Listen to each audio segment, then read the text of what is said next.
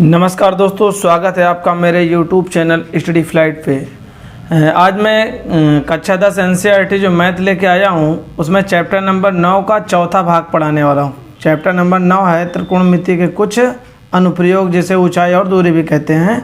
इसका चौथा भाग लेके आया हूँ। 3 भाग मैं अपलोड कर चुका हूँ ऑलरेडी। इसका चौथा भाग आज आप मेरे साथ लगाएंगे, ठीक है। मैं उसमें ये भी लगाया था, ये वाला भाग यानी 12-13 क्वेश्चन उसमें लगाए थे, लेकिन कुछ टेक्निकल प्रॉब्लम की वजह से वो क्वेश्चन बेकार हो गए, जिसकी वजह से मुझे इसे पुनः चौथे भाग में बनाना पड़ा, ठीक है। तो चलिए इस क्वेश्चन को हल करते हैं। और इस क्वेश्चन को देखते हुए मैंने यहाँ पे फिगर भी बना रखा है ताकि आपका टाइम ज़्यादा वेस्ट ना हो। मैं बाकी फिगर को आपको अच्छे से समझा देता हूँ। तो क्वेश्चन हमारा क्या है? क्वेश्चन ये कह रहा है कि 7 मीटर ऊंचे भवन के शिखर से एक केबल टावर के शिखर का उन्नयन कोण 60 अंश है और उसके पाद का अवनमन कोण 45 अंश है। टावर की ऊंचाई ज्ञात कीजिए। क्या कह रहा है? 7 मीटर ऊंचे भवन की बात कर रहा है, ठीक है।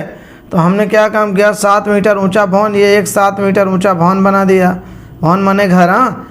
7 मीटर ऊंचे भवन के शिखर से एक केबल टावर के शिखर का उन्नयन कोण 60 अंश है। तो एक केबल टावर की बात कर रहा है। तो इस भवन के, इस घर के सामने कोई टावर है, तो कहता है भवन के शिखर से, भवन का शिखर यहाँ होगा यानी उसकी छत, उसके शिखर से केबल टावर के उन्नयन कोण, केबल टावर के शिखर का उन्नयन कोण। तो यहाँ से जब ऊपर देखेगा तभी तो उन्नयन बनेगा। तो ऊपर देख रहा है, इसका मतलब क्या है? टावर जो है घर से लंबा है कि नहीं? क्योंकि ये ऊपर देख रहा है, उन्नयन का मतलब ऊपर देखना, और अवनमन ऊपर से नीचे होता है। तो ये घर के छत से यानी घर के शीर्ष से क्या करता है? केबल टावर के शीर्ष को देखता है तो उन्नयन कोण 60 अंश बनता है। तो इस तरह मैंने एक टावर बना दिया, 60 अंश पे इसको बना दिया। फिर कहता है और इसके पाद का अवनमन कोण, यानी टावर के शिखर का उन्नयन कोण 60 है और यही शिखर से, यहीं से खड़ा खड़ा लड़का देख रहा है कि टावर के पाद का अवनमन कोण कितना है? 45 अंश है। तो कहता है टावर की ऊंचाई आप ज्ञात कीजिए। समझ में आ गया होगा फिगर, मुझे लगता है। तो मैंने क्या काम किया? ये घर और टावर से बीच की दूरी मैंने क्या मान लिया? AB AC पर मकान है और ये B से E तक क्या है? टावर की ऊंचाई है। तो मैंने टावर और मकान के बीच की दूरी क्या मान लिया? यक्स मान लिया। जब ये इसके क्षैतिज यहाँ से यहाँ तक है तो इसके क्षैतिज ये भी एक रेखा है। जब ये यक्स दूरी हो जाएगी तो ये भी यक्स हो जाएगा। अगर ये 7 मीटर भवन है तो यहाँ तक 7 हो जाएगा। पूरा टावर की ऊंचाई अगर आप मान लेंगे यच, तो यच में से 7 कम कर देंगे, ये 7 है ना, तो पूरे यच में से 7 कम कर देंगे तो ये E से D तक की ऊंचाई आ जाएगी। इसलिए E से D तक का मैंने H - 7 मीटर लिख रखा है, ठीक है। तो चलिए अब क्वेश्चन को हल करते हैं बिना देरी किए हुए। तो यहाँ लिखेंगे त्रिभुज, आप ले सकते हैं कोई भी, ABC मान लो ले लेता हूँ। ABC में यहाँ लिख देना माना टावर की ऊंचाई जो निकालना है उसको लिख दिया करो बस, और कोई दिक्कत नहीं। H मीटर है, टावर की ऊंचाई हमने लिख दिया कि H मीटर है। तो त्रिभुज ABC में आप क्या करेंगे? ये लंब दिया है या आधार दिया है, क्योंकि जो कोण दिया रहता है इसके सामने वाली भुजा को लंब कहते हैं, ठीक है ना। और यहाँ जो 90 डिग्री बनता है यह है ना समकोण त्रिभुज, तो इसके सामने वाली भुजा कर्ण होती है। तो ये लंब हो गया, ये कर्ण हो गया, तो ये बचा क्या? आधार। तो लंब आधार आपको दिया गया है। तो आप जानते हैं tan थीटा, जैसा मान दिया वैसा ही फार्मूला लगेंगे, ठीक है। तो tan थीटा बराबर होता है लंब बटे आधार। तो यहाँ लंब की बात करो, लंब आपका AC है, A से C तक, आधार आपका A से B तक दिया गया है। तो tan थीटा, यहाँ B कोण लिए ना, जो बीच में रहता है वही कोण मानते हैं। तो B वाला कोण कितना है?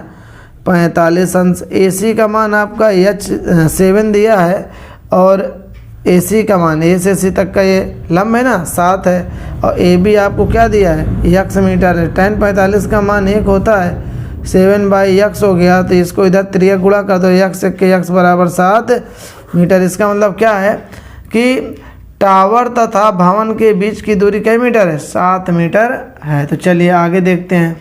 आगे क्या करेंगे? त्रिभुज आपके ले लेते हैं हम CDE, है कि नहीं? CDE आप देख सकते हैं, ई माने हुए हैं ना। तो DCE ले ले, चाहे ECD ले ले, बस C बीच में रखना है। तो त्रिभुज DCE में करेंगे तो ये हो जाएगा आपका tan थीटा बराबर, फिर वही लंब बटा आधार लगाएंगे। तो लंब आपका कितना है? tan थीटा सी वाले में देख रहे हैं तो लंब आपका डी से ई तक है और आधार वो आपका सी डी दिया गया है। तो tan थीटा की वैल्यू यहाँ कितना है, सी वाला कोण 60 अंश है, ये सी 60 अंश है और लंब डी ई आपका h माइनस 7 है, आधार आपका सी डी क्या है, यक्स दिया गया है। ठीक है, तो अब इसी को हल कर लेंगे, h का मान आ जाएगा। tan 60 का मान होता है √3 h माइनस 7 बाई यक्स, तो हम यक्स को इधर लाएंगे तो h माइनस 7 बाई क्या हो जाएगा √3, ये गुणा से भाग में, भाग से उधर गुणा में। इसको अगर हम समीकरण 1 मान लें तो लिखेंगे, इसको समीकरण 1 मान लें, इसको समीकरण 2 कर देते हैं तो लिखेंगे समीकरण 1 से यक्स का मान समीकरण 2 में रखने पर 1 से निकाल के मान हम 2 में रख देते हैं। तो 1 वाले में x बराबर आप देख सकते हैं 7 दिया गया है, तो 1 से उठा के 2 में मान रखिए, तो x का मान आप 7 रखिए, इसके दर पर 7 रखिए, h माइनस 7 बाई √3, तो √3 को इधर लाइए तो √3 7 √3 हो जाएगा, h माइनस 7, तो आप इसको 7 को भी इधर लाइए, 7 √3 आपका ये ऐसे हो जाएगा प्लस 7 इक्वल टू h, या फिर h इक्वल टू 7 प्लस 7 √3, आप 7 कामन कर लिए तो 1 प्लस √3, ये हो जाएगी केबल टावर की ऊंचाई, यही आपका आंसर हो जाएगा। ठीक है, तो चलिए अगला क्वेश्चन देखते हैं। अगला क्वेश्चन है, समुद्र तल से 75 मीटर ऊंची लाइट हाउस के शिखर से देखने पर 2 समुद्री जहाज़ों के अनुमान कोण 30 अंश और 45 अंश हैं। यदि लाइट हाउस के एक ही ओर एक जहाज़ दूसरे जहाज़ के ठीक पीछे हो तो दोनों जहाज़ों के बीच की दूरी ज्ञात कीजिए।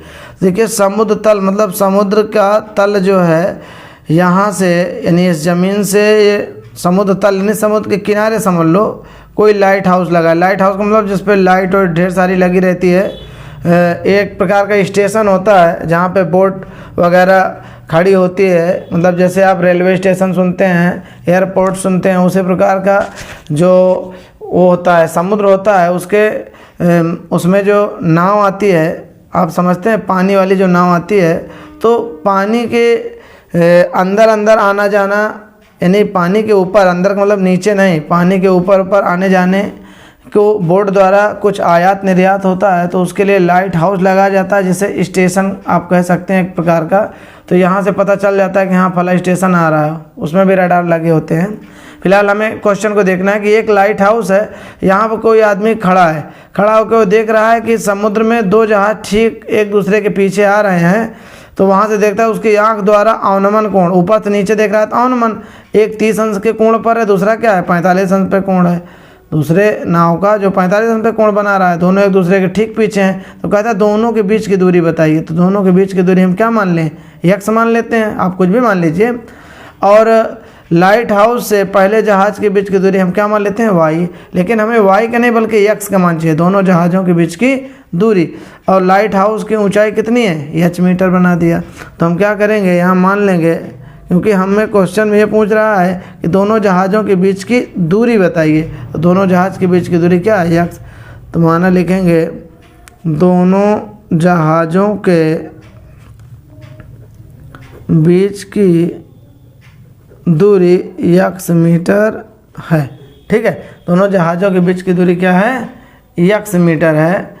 तो क्या करेंगे हम, अब हमें कुल मिला के यही x का मान ज्ञात करना है। ठीक है, तो आप देख सकते हैं लंब दिया है, आधार दिया, तो लंब बटे आधार आप लगाएंगे।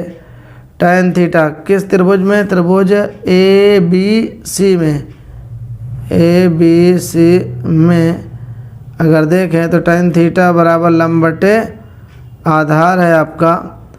तो लंब अगर देखें तो लंब आपका क्या, ABC में लंब आपका AC है, लंब आपका AC है, आधार क्या है A से B तक है।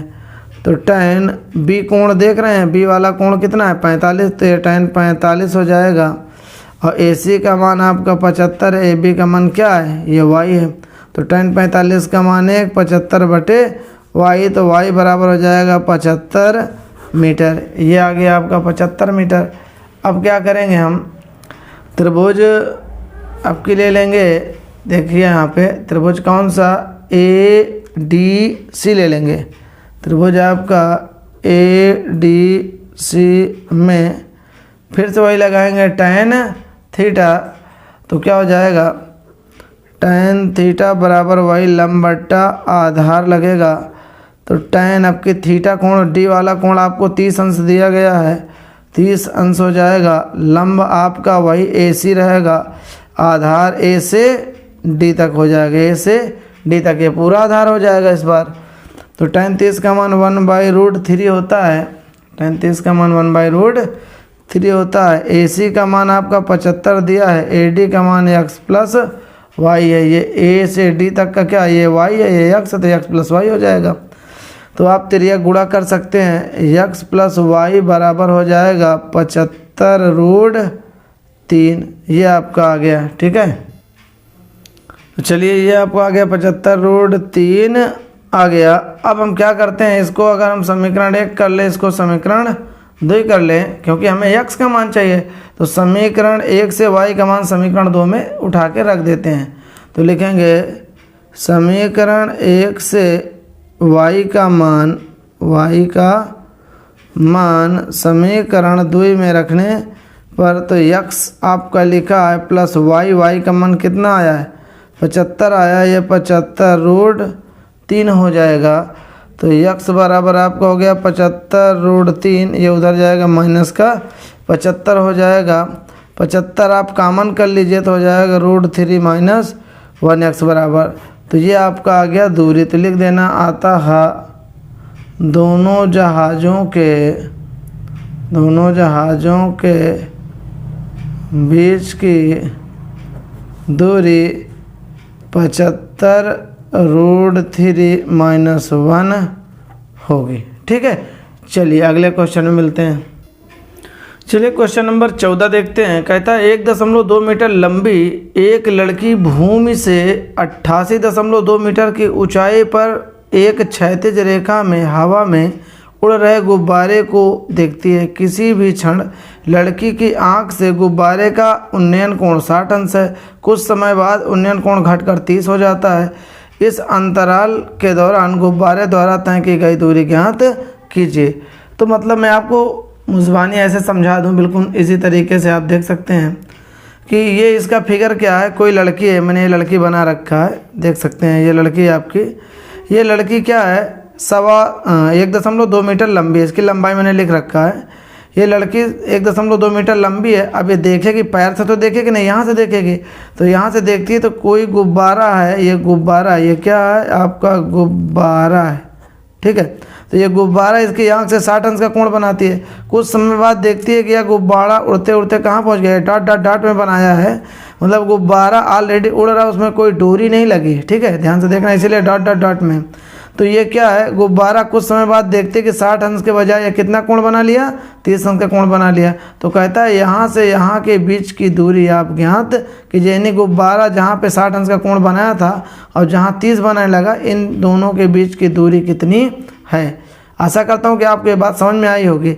और ये भी कहा है कि गुब्बारा भूमि से कितना ऊंचाई पर, 88.2 मीटर की ऊंचाई पर, ज़मीन से 88.2 मीटर की ऊंचाई पर है। तो ज़मीन से 1.2 मीटर तो ये लड़की हो गई ऊंची। अब 1.2 88.2 से 1.2 घटा देंगे तो ये यहाँ से यहाँ की दूरी कितनी बनेगी, 87 मीटर हो जाएगी। यानी कि 1.2 मीटर जो लड़की की ऊंचाई थी, ये पूरे गुब्बारे की ऊंचाई से 1.2 घटाएंगे, क्योंकि वो पैर से देख नहीं रही, ऊपर से देख रही है। तो इसकी ऊंचाई 1.2 88.2 से माइनस करना पड़ेगा। इसको घटाएंगे तो 87 मीटर आपकी ऊंचाई आ जाएगी गुब्बारे की। अब आप इसको लंब मान सकते हैं, इसको आधार मान सकते हैं, इसको कर्ण मान सकते हैं, आराम से हल हो जाएगा। तो चलिए मैं आपको हल करके दिखाता हूँ। यहाँ मान लेता हूँ ये A है, ये B है, आप इसको ABC या इसको यहाँ ऐसे AB लड़की की लंबाई हो गई, इसको C मानिए, इसको D मानिए, इसको आप E मान सकते हैं, इसको F मान सकते हैं। ठीक है, तो यहाँ पे हमें नीचे वाली लंबाई से कोई लेना देना नहीं है, बस दर्शाने के लिए मैंने ये लिख दिया है। आप यहाँ से यहाँ की दूरी क्या मान सकते हैं, यहाँ से यहाँ की दूरी आप लिख सकते हैं, आप अगर चाहें तो y मीटर लिख लीजिए। और यहाँ से यहाँ की दूरी आपको चाहिए, यहाँ से यहाँ की दूरी आप क्या लिख सकते हैं, या y मीटर लिख लीजिए। ठीक है, यानी कि ये दूरी आपको निकालना है। तो हम मान लेते हैं माना गुब्बारा जो निकालना है वही कितनी दूरी तय किया गुब्बारे ने, y मीटर। यहाँ से यहाँ की दूरी कितना मान लिया, y मीटर। तो माना गुब्बारा y मीटर दूरी तय किया है, कुछ भी मान सकते हैं, XYZ कुछ भी मानिए। तो हमने मान लिया गुब्बारा यहाँ से यहाँ तक कितना दूरी तय किया, y मीटर दूरी को तय कर लेता है, ठीक है। अब क्या करेंगे, जब y को तय कर लिया है तो हम सबसे पहले त्रिभुज किस में चलते हैं, DBC में। त्रिभुज DBC में अगर मैं बात करूं तो DBC ये B कोण C तक में कितना है, 60 अंश है। तो ये tan थीटा बराबर आपका लंब बटा क्या हो जाएगा, आधार। तो यहाँ पे अगर मैं लंब की बात करूँ तो लंब आपका D से C तक है, यानी DC है, आधार आपका B से D है। तो tan 60 अंश CD, ये CD का मान आप कितना ले सकते हैं, 87 दिया है, और ये आधार आपने क्या मान लिया, यक्स मान लिया है। तो tan 60 का मान होता है √3 87 बटे यक्स, या यक्स बराबर आपको हो जाएगा 87 बटे √3। अब आप चाहें तो हर का परिमेयकरण भी कर सकते हैं, या ऐसे ही पड़ा रहने दीजिए, कोई दिक्कत नहीं, अभी बाद में देखा जाएगा। या चाहिए तो ये 87 √3 का कर दीजिए परिमेयकरण, तो ये आपका हो जाएगा 87 √3 का गुणा करेंगे कितना हो जाएगा, √3 का 3 हो जाएगा। 3 से आप काटेंगे तो 3 दूनाई 6, 3 9 27, यानी आएगा 29 √3 मीटर। ये यक्स का मान आपका आ चुका है, ठीक है। अब यक्स का मान आ गया, यानी कि आपका B से D तक की दूरी हमें पता हो गया, लेकिन हमको कौन सी दूरी चाहिए, y वाला। तो कोई दिक्कत नहीं, फिर चलते हैं पुनः, यहाँ लिखेंगे पुनः त्रिभुज EBF में, EBF अगर ले ले आप, क्वेश्चन देख सकते हैं। अब की बार मैं कौन सा त्रिभुज ले रहा हूँ, EBF, ये वाला पूरा त्रिभुज ले रहा हूँ। तो लंब आपका वही यही रहेगा, ठीक है ना, लंब यही 87 रहेगा। आधार आपका x प्लस क्या हो जाएगा, यहाँ से यहाँ तक का x प्लस y हो जाएगा। तो फिर वही लेंगे tan थीटा बराबर लंब बटा आधार। तो यहाँ tan आपका थीटा कितना है, 30 अंश सबकी है, और लंब आपको दिया है 87, आधार x प्लस y हो जाएगा, ठीक है। आधार आपका x प्लस y है, तो tan 30 का मान 1 बटे √3 है, और यह 87 बटे x प्लस y है, ठीक है। इसको आगे हल कर लेते हैं, तो ये हो जाएगा आपका, आप ऐसा करिए, इसका तिर्यक गुणा कर लीजिए, इसका इधर गुणा करिए, इसका इधर, तो x प्लस y बराबर हो जाएगा आपका x प्लस y बराबर हो जाएगा 87 √3।